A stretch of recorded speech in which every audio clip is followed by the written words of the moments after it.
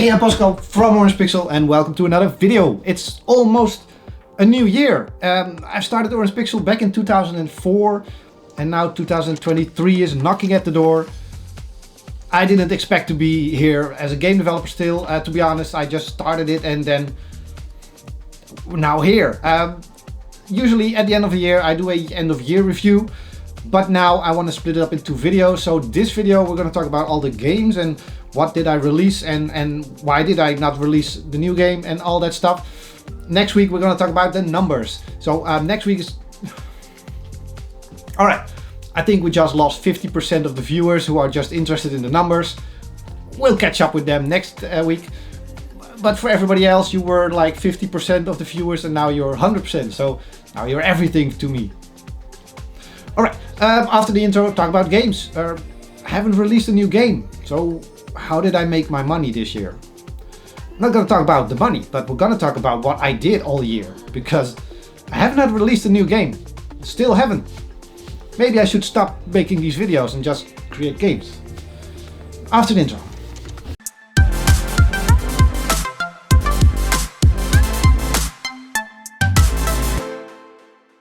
Alright, so I made a list because there's just so much stuff happened that this year, even though not a lot happened, it's been a weird year. Let's just keep it at that. Main problem this year for me personally is that I have not released a new game. Regulate City, I'm still working on it. I started in 2021 after Residual got released, and I'm still working on it. I went through a very rough patch with this game, talked about that in various videos on the channel. Just first of all, doing the artificial intelligence, something completely different, never done that, never had no idea where to start, so it took a lot of learning and a lot of figuring out, and eventually I managed to do it, but that took so much time. The rest of the game just wasn't being developed. It was just that artificial intelligence stuff, so that your teammates were following you, and that's all done now. Just took a lot of time, and when it was done I had a rough time figuring out what this game was supposed to be. There were just so many little things that weren't matching, mixing. It wasn't really what I was looking for.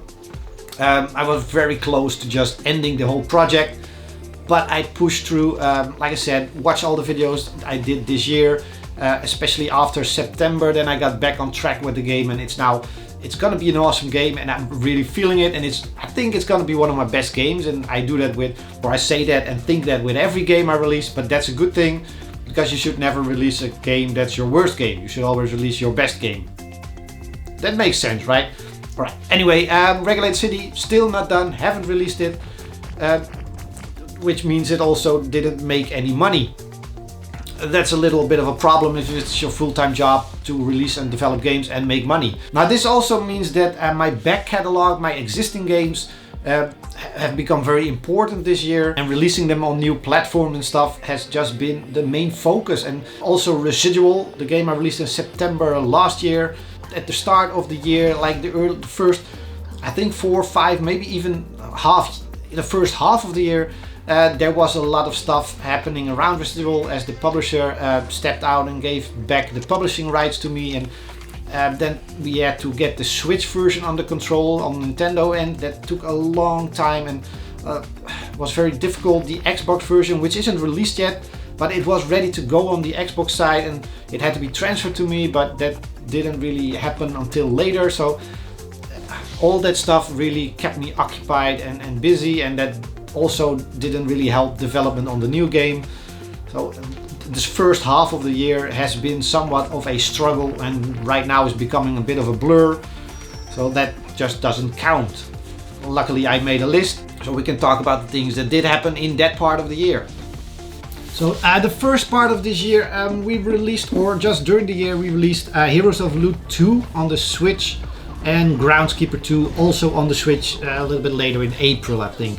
And I say we because I do all the PC and mobile games, but then my buddy Serious Lion on the Discord does all my games and takes all my games code and ports it to Monogame, which we can then use to release on consoles. Talked about that a lot of time. I could also work in Monogame. I don't. There's a lot of reasons. this works for both of us. So we released those 2 games on Switch. We had Snake pretty much ready to go. It was at Nintendo for testing. They came up with 1 or 2 breaking issues that we had to fix.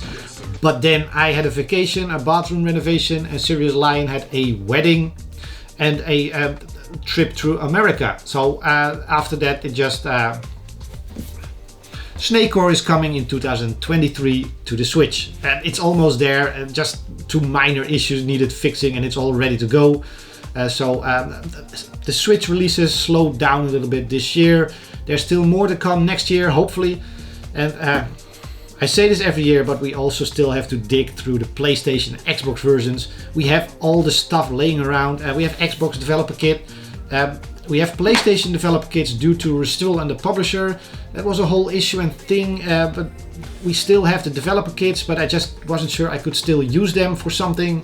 But now they're just collecting dust, so I think it's best we do use them, because else it's really a waste of money. So yeah, we're gonna do something with them, and I have to figure out all that stuff on the PlayStation end, hopefully in the coming year. On the other end, I also had mobile versions of Gunslugs, Stardash, Heroes of Loot 1, I think, and probably a few others. Over time, Apple starts removing games that haven't been updated for a while, so some of my games were deleted. They were gone. Yeah, I just had to create a new version, upload it, and reactivate them. But in many cases, that requires a lot of changes and code improvements and new SDKs, new versions of software, new library versions, and fixing all the problems that come with that. During our bathroom renovation, which took 3 weeks and a little bit more, during those 3 weeks I just ported or updated all these games and made fresh versions for iOS and a few Android versions and also PC builds. So I kept all my old games up to date, which was it wasn't a lot of fun, but it had to be done. And I'm glad I did it, because now I can put all these games in discounts and sales again, and maybe people will keep buying them on iOS. They are now running on the latest iPhones. They're running on most of the latest Android devices. So yeah, it's been worth it. Now, to really show the importance of my back catalog, these updates were important, but we also managed to get Atari VCS developer kits. This is I think it was a Kickstarter, but it's from the original Atari, the new current Atari company. And there have been many, but this is like the real Atari. We got a couple of developer kits, we started testing our games, and we released Meganoid, Space Grunts, and Heroes of Loot. And as I'm recording this video, Gunslugs is about to go live on there as well. Residual will come to the Atari probably early next year. I think it's going to be the next one. So we're pushing a lot of these games onto the Atari. The thing is that it's a very niche market, so not a huge amount of users, but also not a huge amount of games. So right now I can probably fairly safely say that Orangepixel is dominating that market in amount of games. There is no other developer that pushes so many games to Atari as currently me and Serious Lion are doing.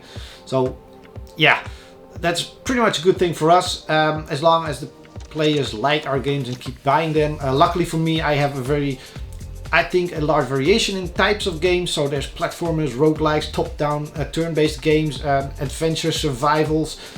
There's just everything, an open world game as well. We're going to be pushing more games to the Atari, and that's another way that my old games and my current backlog of games has been making money for me this year, and allowed me to work on Regulated City for a little bit longer than I should have, probably. And speaking of new devices, this came in yesterday. Razer sent me one of these. I think it's a Razer Edge, but there's very little documentation, manual, and contact between me and Razer.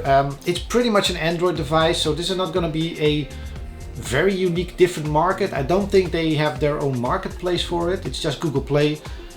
But it's gonna be fun having my games up and running on this one and making sure they work and run on it. And maybe I can talk to Razer after they sent me this to see if we can do maybe some promotion with it or whatever. I have no idea what they're gonna do with this device at all. But it's pretty cool, and I like having gadgets like this and the Atari just to get my games up and running on it, pretty much.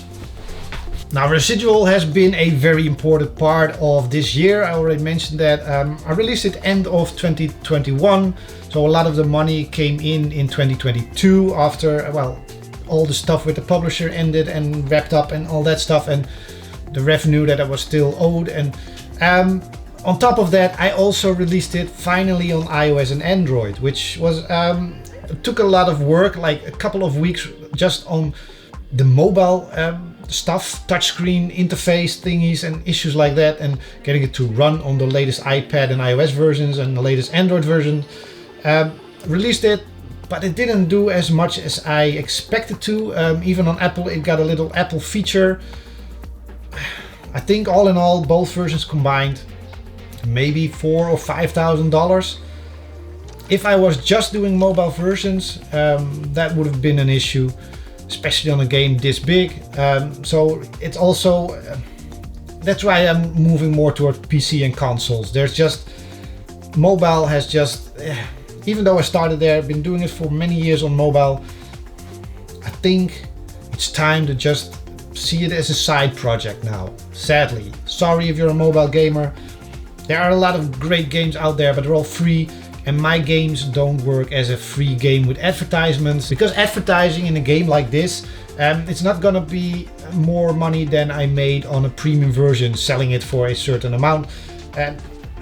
It's not gonna work. I have to really design the game for free to play stuff, and that's not what I want to do. So mobile is going to be more of a side project.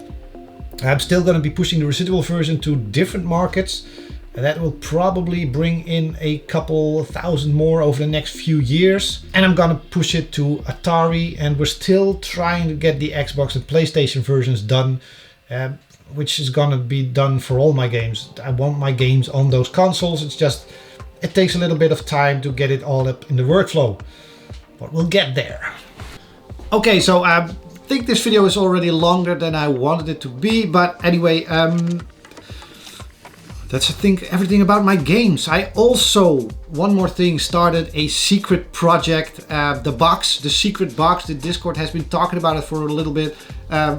Yeah, I still can't talk about it because there's still various things that need to be done. I can look at it, I can see it, but you can't. I'm sorry. Hopefully 2023 that's gonna happen. I think it's gonna be interesting for not just me and my games and you as the player, but also other developers, possibly.